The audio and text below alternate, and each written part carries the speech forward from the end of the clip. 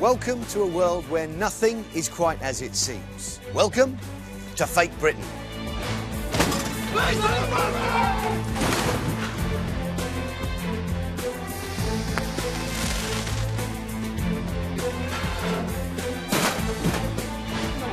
Get out! Put your hands behind your back now! Here at the Fake Britain house, we'll reveal the fakes that are flooding the market, conning people like you and me, and making money for the criminals. We'll investigate the fraudsters who are selling us something that isn't real and could be dangerous. And we'll help you avoid falling for a fake. Today on Fake Britain. The movie has won the hearts of children across the world, but the fake merchandise has left one little girl scarred for life. The blood was absolutely flowing out of her face.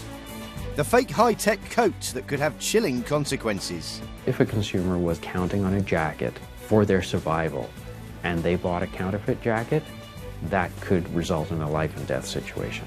And the fraudsters trying to steal millions from taxpayers and charities. It makes you intensely angry that somebody could come and take money away from hard-working people.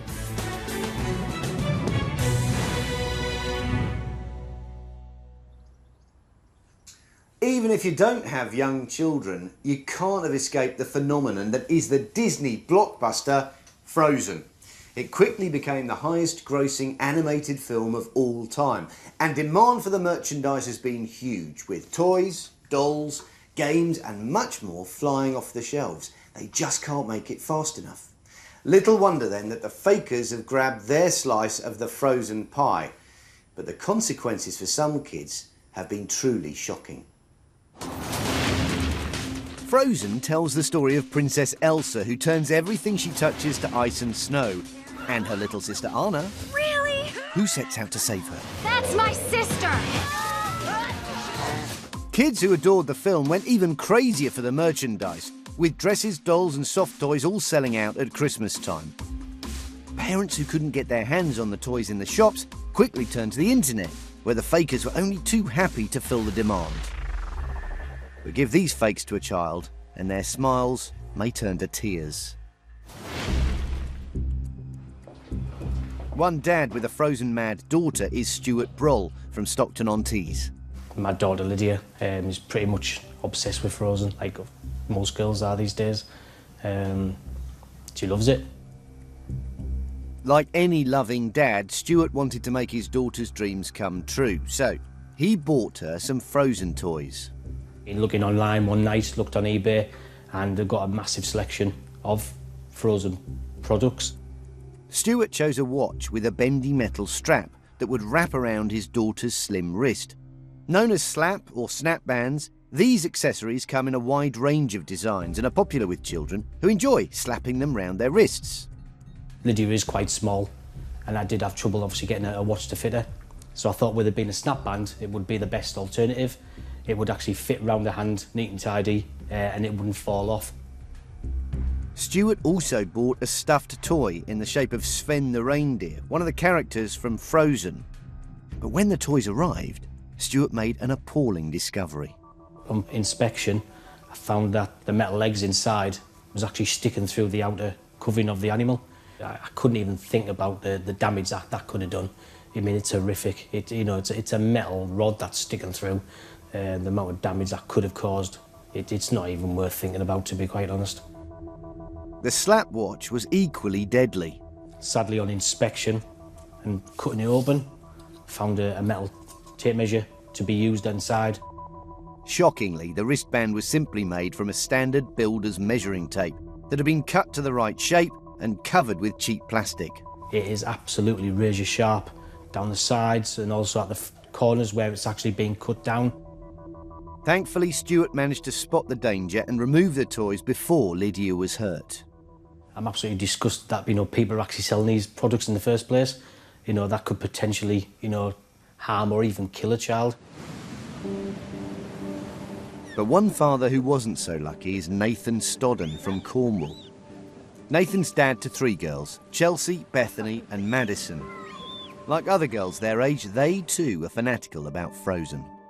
When 6-year-old Bethany and 3-year-old Madison were invited to a friend's Frozen-themed birthday party one Saturday afternoon, they were delighted.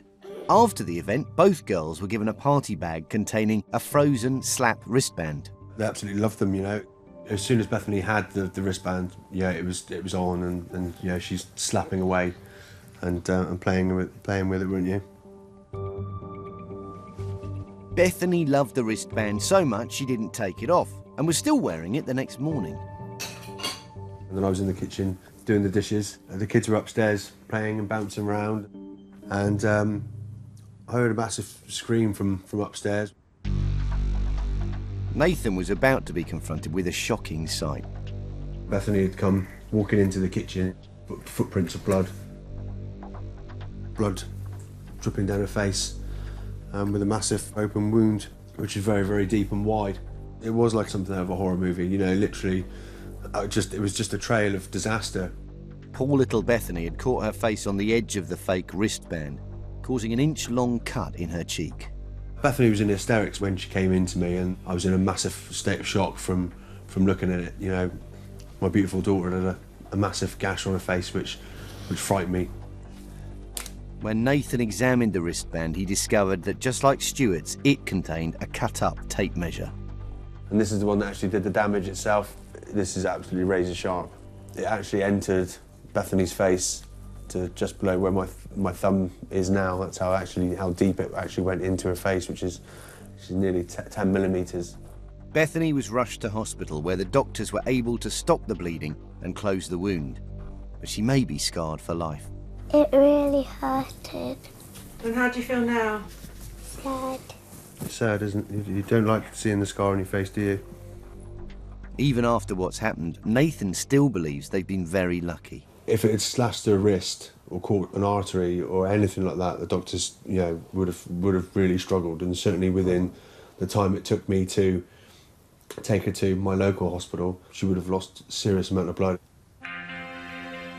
But it's not just the occasional slap band or stuffed toy slipping through.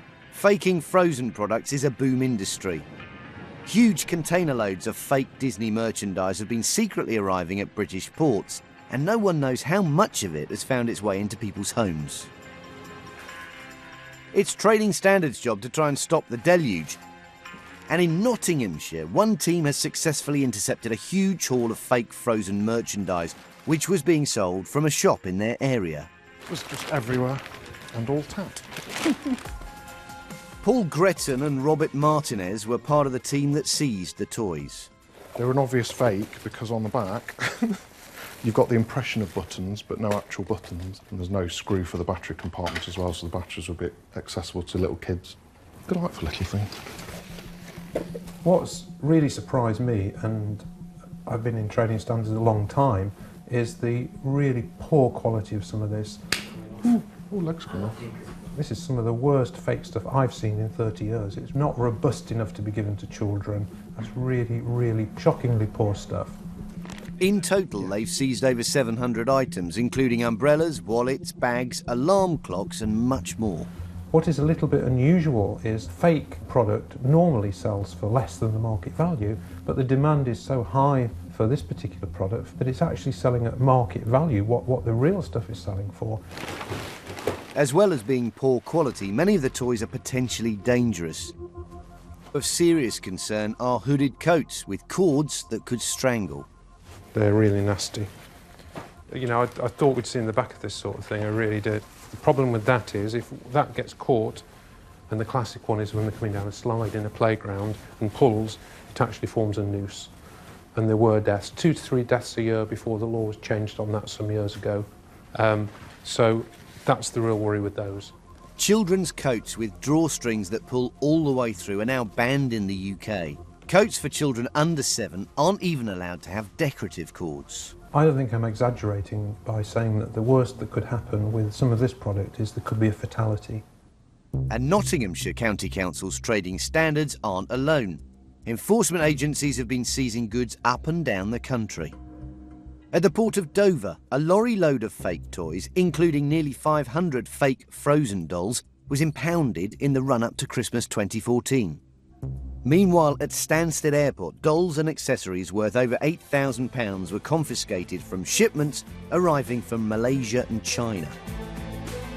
For the Stodden family, their encounter with a fake Frozen toy is an experience they're never going to be able to forget. I think the difficult thing for ourselves is the childhood years of certainly school photos are going to be haunted by such a horrible scar on such a beautiful girl's face, you know. It's quite emotional, isn't it?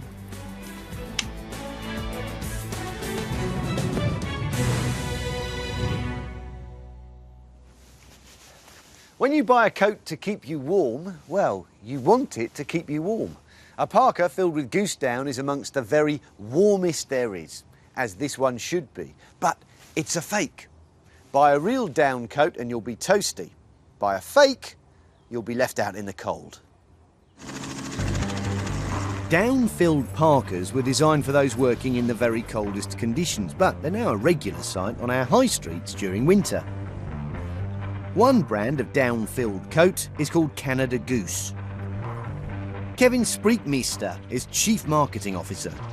Canada Goose is a nearly 60-year-old company that manufactures some of the world's best down outerwear. The company makes coats for anyone who wants to stay warm, from shoppers out and about on a frosty day to rugged outdoor workers in the coldest places on Earth. We make warm jackets for the city, we make warm jackets for athletes and dog mushers and researchers in Antarctica. For these people, it's a tool of their trade, it's equipment, it's necessary, it's a survival piece. Of course, you don't have to be an Arctic researcher to wear one of these coats. In fact, they're now regularly worn as winter outerwear in towns and cities.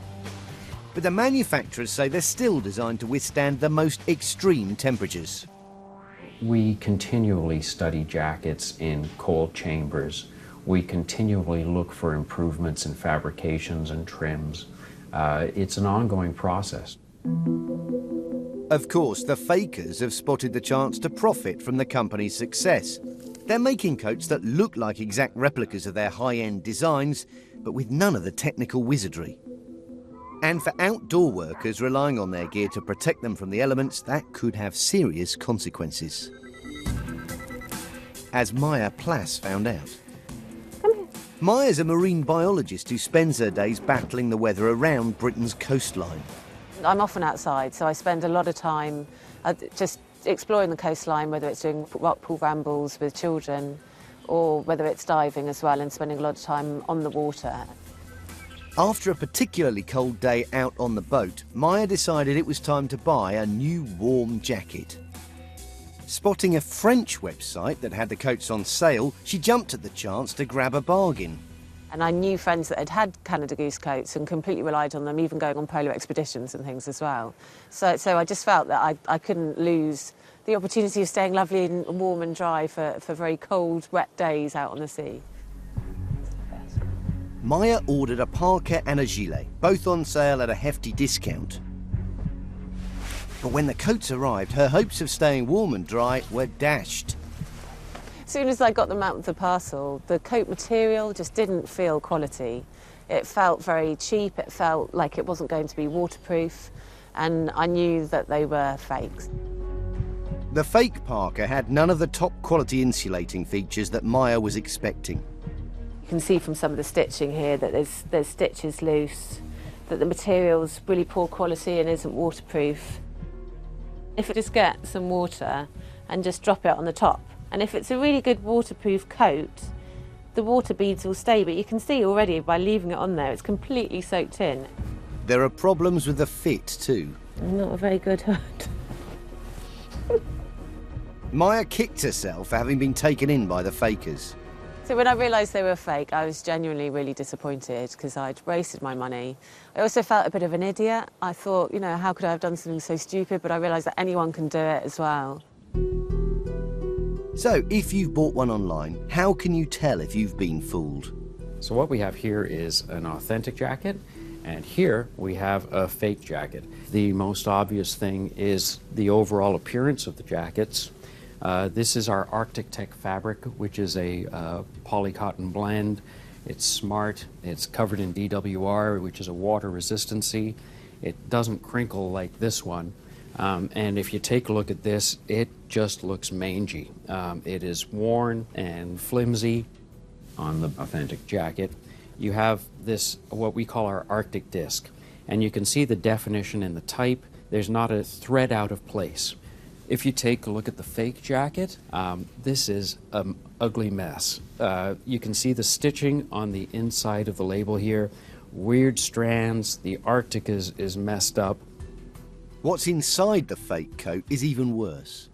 These are 2 glasses filled with down and what the counterfeiters put in their fake jackets. So we've had these analyzed in a lab. This one, the fake down, is 5% down. It's 50% feathers, and the rest, who knows what, dust and dirt and whatever's on the factory floor. This is down. Down filaments are the underbelly of the bird that go under the feathers. That's what keeps you warm. The results of owning a fake coat like this could be serious. If a consumer was counting on a jacket for their survival and they bought a counterfeit jacket, that could result in a life and death situation. It's clear from looking at the fakes that the quality isn't up to scratch. But how well do they perform in the cold? At Loughborough University, Professor George Havenith studies how people perform in extreme temperatures.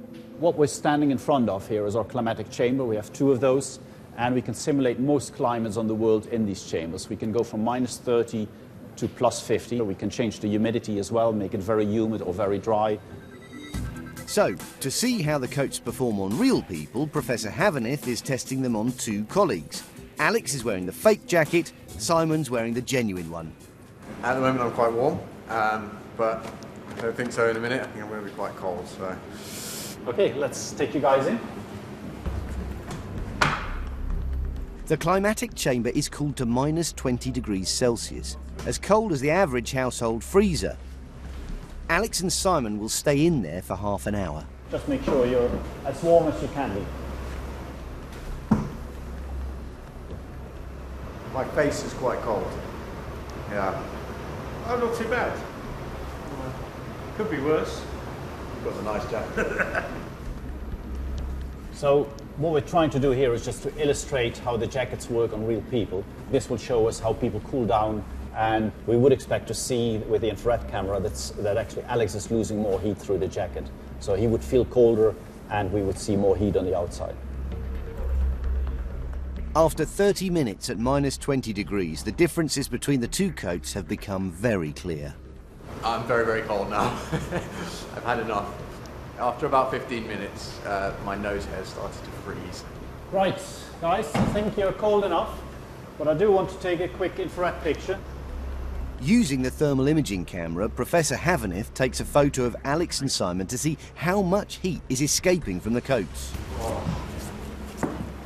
Okay, get your coats off, guys.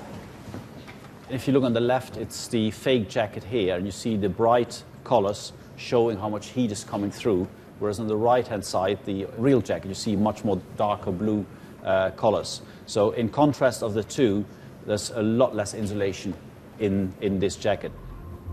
Professor Havenith's tests have proved that when it comes to insulation, the fake coat is vastly inferior to the genuine one. The insulation of the real jacket is probably a third more than the other one, so that's really a substantial difference. And if you would go to the Arctic and depend on the jacket and you would have bought the fake jacket, I think you would be in trouble. The existence of fakes is a major cause of concern for the company. Most of the fakes are bought on what we call rogue websites. So these are counterfeiters that have taken our images, taken our copy, and created websites that look identical to ours. So it's very easy to get tricked. But if you don't want to get caught out when buying online, what can you do? Some of the things to look out for are, where's the phone number to customer service? Where's the email to customer service? Sometimes you'll see on a fake site that the pricing is quite low. Canada Goose jackets don't often go on sale, so it's rare that you would see that. For Maya, it's a relief that she spotted the fake before anything serious happened. If I was wearing this coat on a day when it was raining, when I'd been diving, I could have even got hypothermia from the fact that this coat wouldn't keep me warm and wouldn't keep me dry. So it's not just the case that I've lost the money, it's the case that actually it could cause you harm.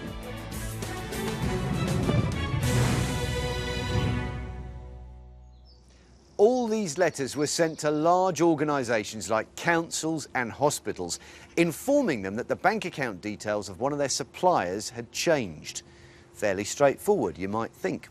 Thousands of letters like these turn up at organisations every year. But all these letters are fakes, sent by criminals. The new bank account has nothing to do with the legitimate suppliers. That means councils, hospitals, big businesses, even charities can unwittingly pay huge sums directly to the fakers. And an awful lot of that money is ours.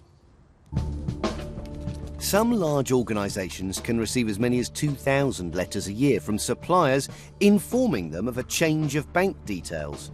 So if a fake letter arrives, you have to be pretty switched on to spot it. Sharon Evans is Finance Administrator for the YMCA in Cheltenham, which provides housing for homeless people. When their existing building became too dated, they knocked it down and built a brand new one. The percentage of homeless people was just rising and they needed somewhere to go.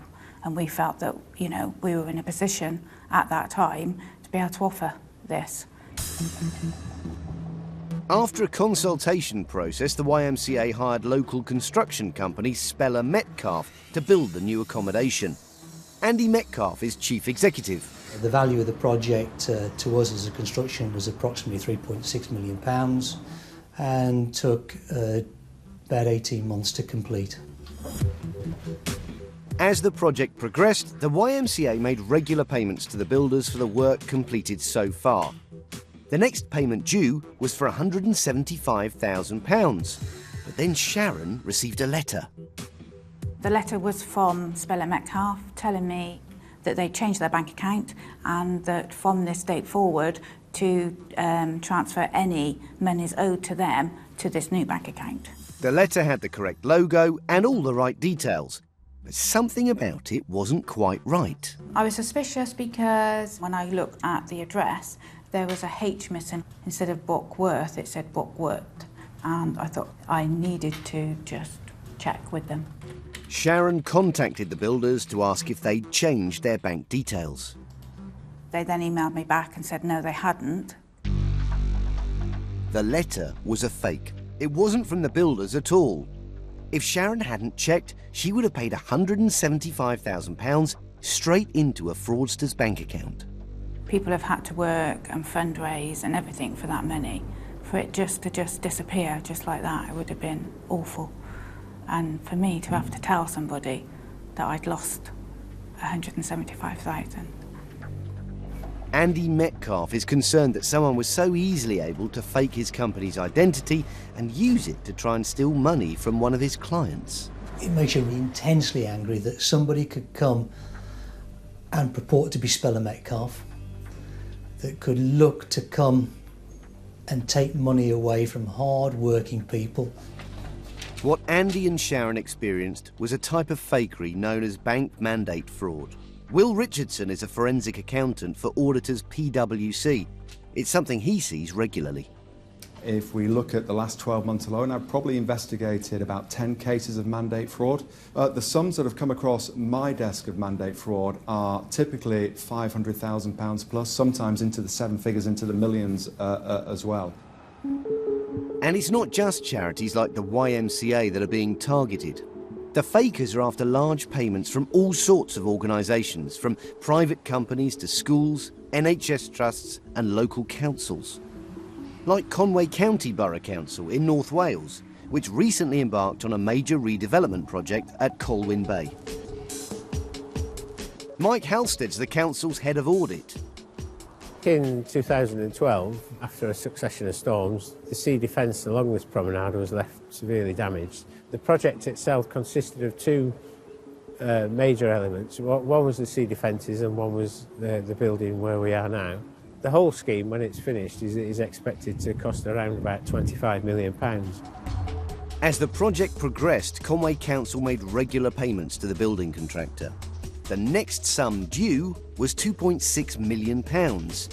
Then something unusual happened. We were phoned by an individual who informed us that the main contractor's bank details were changing. This was slightly unusual, so we requested the submission of a letter to confirm the new bank details.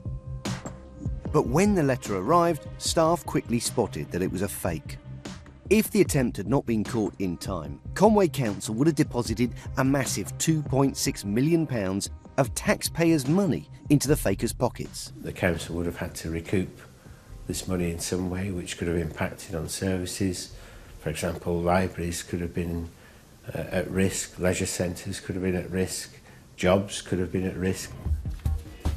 And the attempt wasn't a one-off. Conway Council have received several fake bank change letters. These letters are all purporting to be from different suppliers to the council, so they are people we do business with, but they all have the same layout, and interestingly they all have the same signature, which is an immediate warning for us that these are bogus. Both the YMCA and Conway Council were lucky. Their eagle-eyed staff members managed to spot the fake letters and avert disaster. Other organisations haven't been so fortunate. Guy's and St Thomas NHS Trust lost £24,000 after fraudsters sent a fake email asking for a change of bank details. The government of Guernsey paid out a massive £2.6 million to fakers posing as the contractor working on the revamp of Guernsey Airport. And another £2.6 million was lost over a 13-month period by the owners of the port of Felixstowe, again paid out by mistake to criminals who faked the identity of the port's fuel supplier. And once the money's gone out, it's virtually impossible to get it back. As soon as it hits a fraudster's bank account in the UK, it's sent out of the UK. It's quickly distributed across a number of different accounts in different jurisdictions around the world, which makes both the tracing of that money and the recovery of that money almost impossible. But in Felixstowe, they did manage to catch one of the fakers. 31-year-old Mohammed Fawzal Rahman of Watford was jailed for 4 years after nearly £500,000 of the port's money was laundered through his bank accounts. The port was able to recover about half the money stolen, but around £1 million was never seen again. Perhaps unsurprisingly, companies who've fallen victim to mandate fraud rarely want to talk about it, but it's a huge problem for businesses in the UK. One of our large UK banks, its corporate client base experienced almost £40 million of attempted mandate fraud in 2014. Luckily, the attempts made on Conway Council and the YMCA were simple ones, and by checking with the contractors, they managed to avoid paying thousands of pounds into a faker's bank account.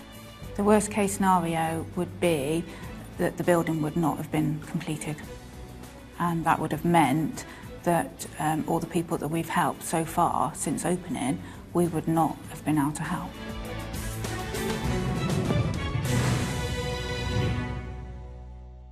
That's all from Fake Britain.